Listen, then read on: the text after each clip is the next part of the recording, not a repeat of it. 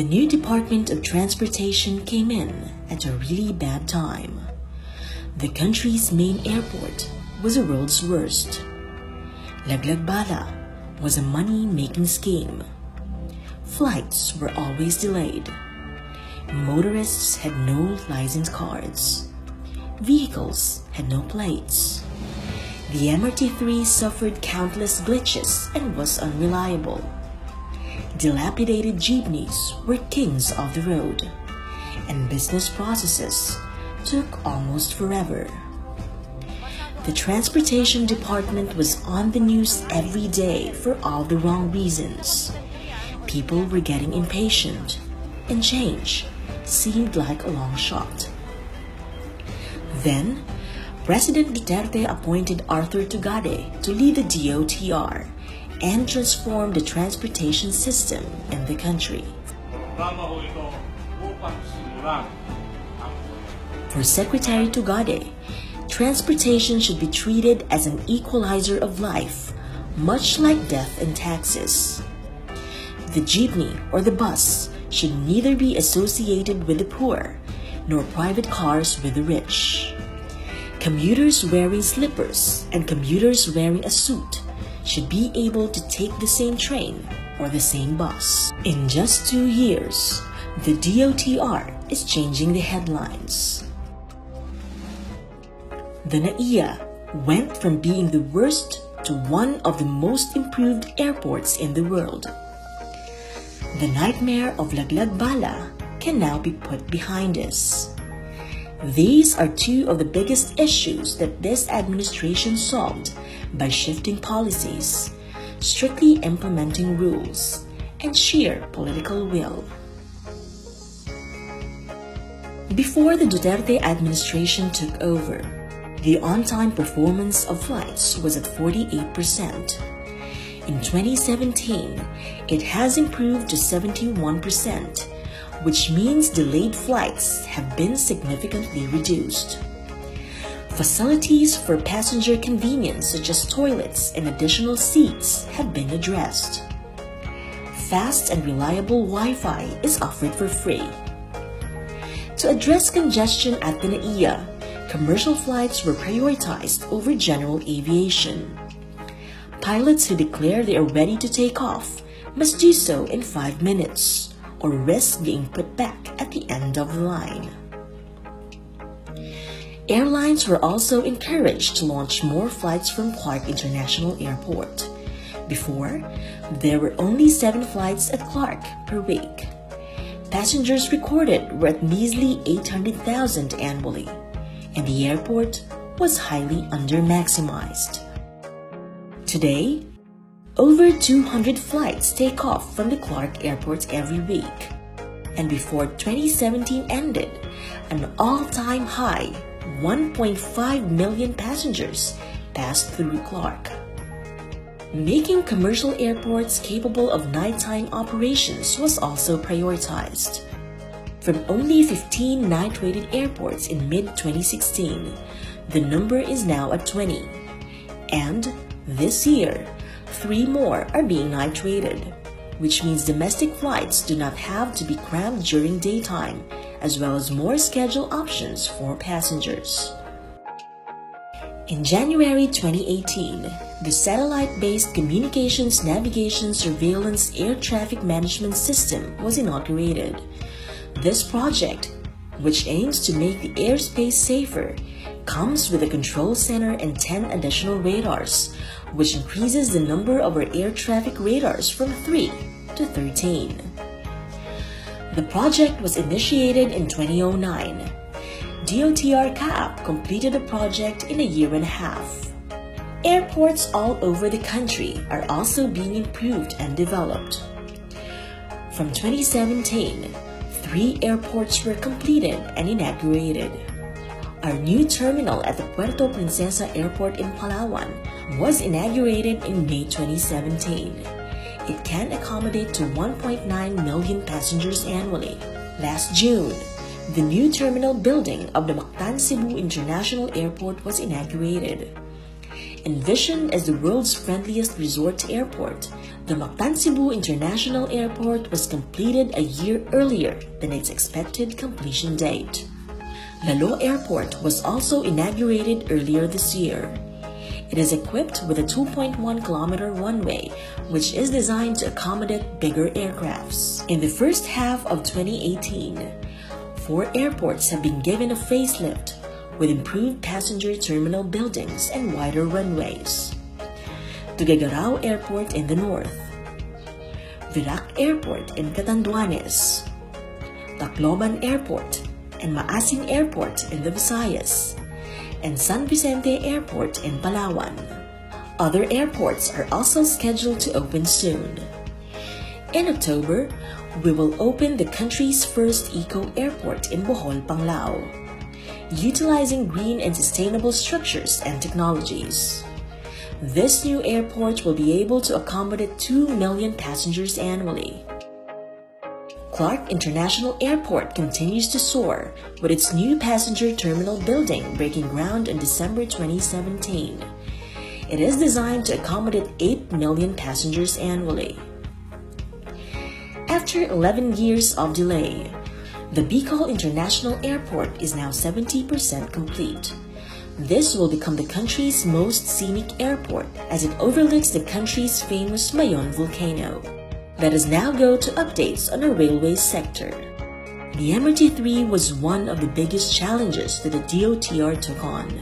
Several trains were beyond repair. Unloading incidents were a daily occurrence. Facilities were in a bad condition.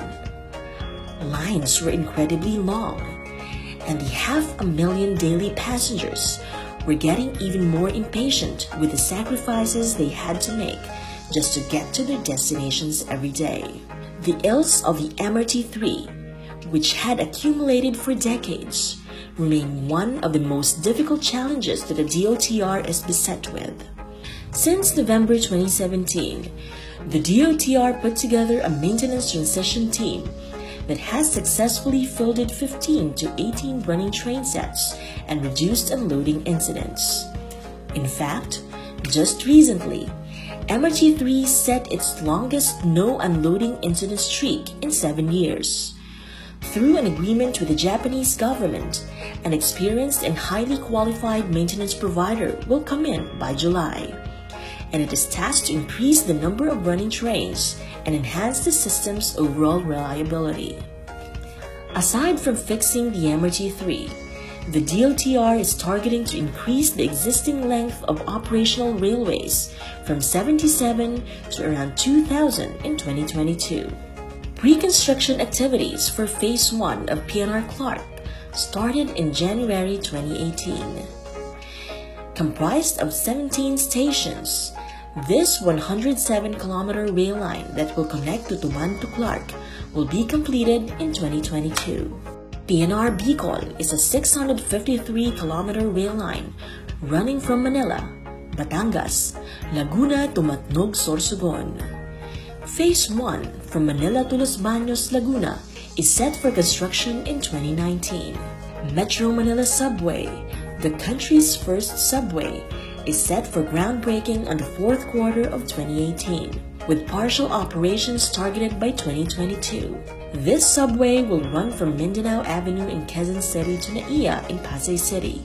Full operability is targeted by 2025. Phase 1 of the Mindanao Railway Project, Mindanao's first railway system, will be operational by 2021. Phase 1 will run from Tagum, Davao, and Digos and will have 8 stations. As of February 2018, construction of the MRT-7 is at 22.96%. It will connect Quezon City to San Jose del Monte, Bulacan, and is targeted to be completed in 2020.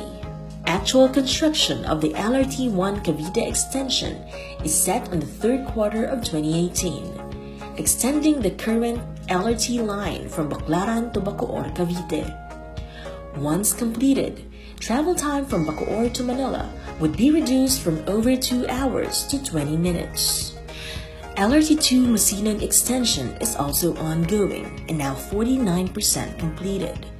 Target completion is in 2019. The common station is now currently being constructed. This project, which shall be completed in 2019, will connect 4 major railway lines: the MRT-3, MRT-7, LRT-1, and the Metro Manila subway. Let us now go to our road sector.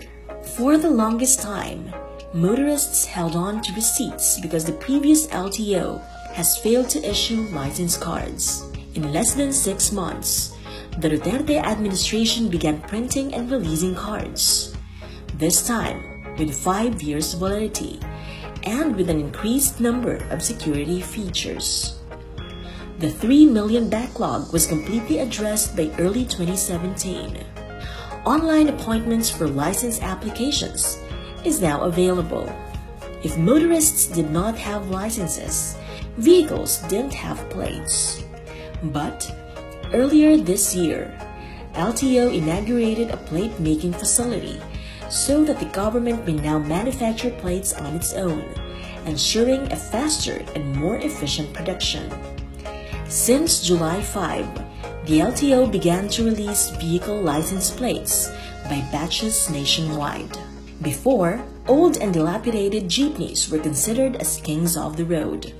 Now, with the PUV modernization program, Filipino commuters will soon be riding the new kings of the road, safe, secure, and environment-friendly vehicles. Intermodal terminals are likewise being built from passengers entering Metro Manila. Parañaque ITX, which is now at 93.91% completion in the southwest, Taguig ITX in the south, and North ITX in Bukawe, Bulacan. The DOTr also gave accreditation to the Eastern Transport Terminal in Marikina and Santa Rosa Transport Terminal in Laguna. At sea, ports all over the country are in need of rehabilitation and improvement. The DOTr, together with the Philippine Ports Authority or PPA, aggressively modernized one port at a time to increase their operational efficiency. From 2016 to May 2018, a total of 129 commercial port projects were constructed, rehabilitated, expanded, and modernized. 4 social and tourism ports were completed from 2016 to 2017, while 24 are undergoing construction. 59 more are programmed to be constructed in 2018. The country's first barge terminal is also on its way for completion. The Cavite Gateway Terminal, located in Tanza, Cavite, is being constructed to reduce road traffic by approximately 2 kilometers of truck line. The PPA has also completed a total of 4 passenger terminal buildings to accommodate increasing volume of passengers at the ports. Meanwhile, engineering works for the construction of 18 rotor ramps were completed since July 2016.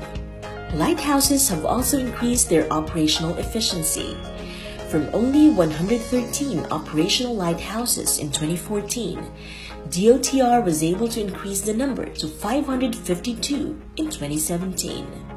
The Philippine Coast Guard is now better equipped than ever, making them more capable of protecting our coasts, marine environment, and our people.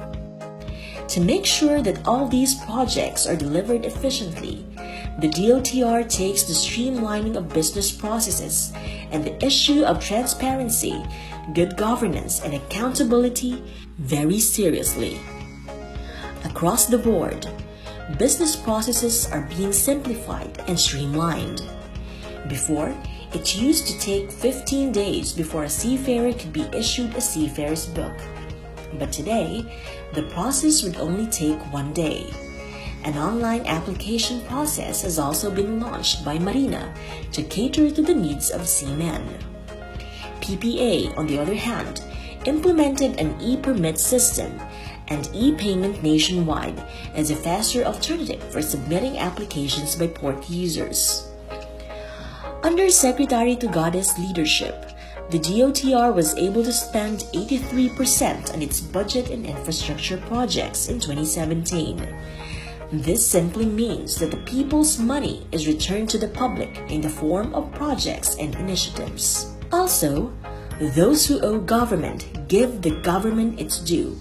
Case in point are the PAL's 6 billion debt and the non-remittance of CAAP of its dividends. For 2 years, GOCCs under the DOTr, such as CAAP, PPA, and the MIAA, have been remitting record-breaking dividends amounting to billions to the national treasury.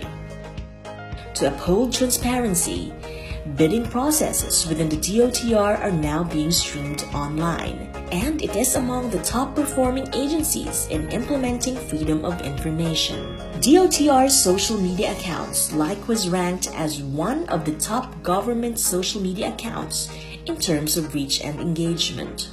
Finally, the DOTr is also cracking down on all corrupt officials and employees in the department.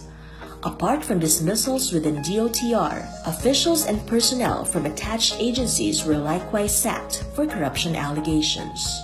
The DOTr now carries with it values of hard work and incorruptibility. Watch as the new DOTr transform the state of transportation in the Philippines.